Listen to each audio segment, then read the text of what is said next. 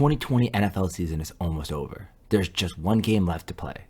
Usually as the Super Bowl approaches, those in the anti-trafficking community start to talk about the amount of sex trafficking that follows the Super Bowl. But this week, I want to share with you the positive stories that surround the NFL and human trafficking. And yes, there are positive stories. Today's episode is going to look at everything from players who are participating in anti-trafficking ads to help raise awareness, to players who travel to other countries to meet and support survivors directly. We will see entire teams pull together to raise money and awareness. And we will even look at an NFL player who was a trafficking victim and persevered to become one of the few to play in the league.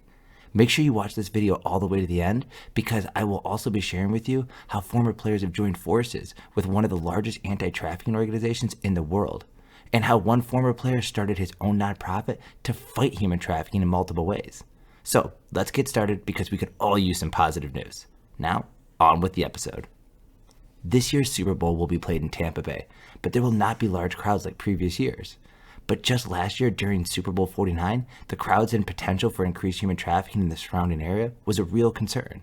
During Super Bowl 49, Aaron Rodgers appeared with other players to raise awareness about human trafficking in a 30-second ad that was shown on all incoming British Airways and American Airlines flights to Miami, where the Super Bowl was being played. The goal of the ad was to raise awareness about human trafficking so that those in the area would be able to properly notify the authorities. Far from being an issue only focused on during the Super Bowl, our next story sees Denver Broncos guard Max Garcia and 4 other NFL players traveling to the Dominican Republic in 2017 to work with the nonprofit International Justice Mission to fight the sexual exploitation of children. International Justice Mission found children being exploited in 90% of the communities they investigated in the Dominican. Garcia and the other players spent time visiting with survivors at several different locations. And while visiting child survivors, the players were almost brought to tears, according to one source. These players, along with others, donated more than $1 million to help IJM fight human trafficking around the world. Players from different teams traveling abroad and coming together to fight human trafficking is great, but there is at least one example of an entire team working together to fight human trafficking. During the 2019-2020 playoff run, the New England Patriots team, led by Ben Watson and several other teammates, pledged a combined $2,000 for every point scored by the Patriots during their wildcard game. All the money pledged went to the International Justice Mission.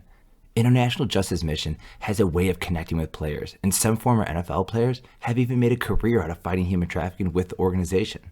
Donald Brown is a former running back for the Indianapolis Colts and San Diego Chargers, and is now serving as the Director of Professional Athletes and Influencer Partnerships for IJM.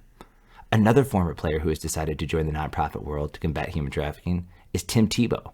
And while I have already featured Tebow's amazing work against human trafficking in a previous video, I want to highlight his efforts here as well.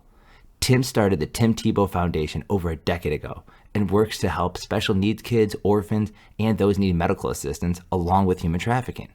What is really incredible is how Tim got into fighting human trafficking. While his dad was doing mission work in Africa, he found himself with multiple victims of human trafficking and not sure what he could do to help them, so he called his son and asked for help. And ever since that moment, the Tim Tebow Foundation has been fighting human trafficking. In 2017, Tebow's organization raised more than $5 million. From players who have decided to dedicate their lives to fighting human trafficking to one who has been a human trafficking victim, the NFL has a wide spectrum of engagement with human trafficking. In 2018, Efe Obada played as defensive end in his first NFL game with the Carolina Panthers. And while playing in an NFL game would be an achievement for most people, it was even more of an achievement for Efe. He was born in Nigeria, moved to the Netherlands, and then found himself being trafficked with his sister from the Netherlands to London when he was just 10 years old. We do not know much else about his story because Obada has never fully shared it, but the fact that he has achieved so much after dealing with such a traumatic experience is incredible and a true testament to the human spirit being able to endure. There are many other examples of NFL players showing up to fight human trafficking, so if you want to hear more stories like these, let me know in the comment section. Also, let me know if there is a particular story involving a player that I did not mention that deserves to be shared.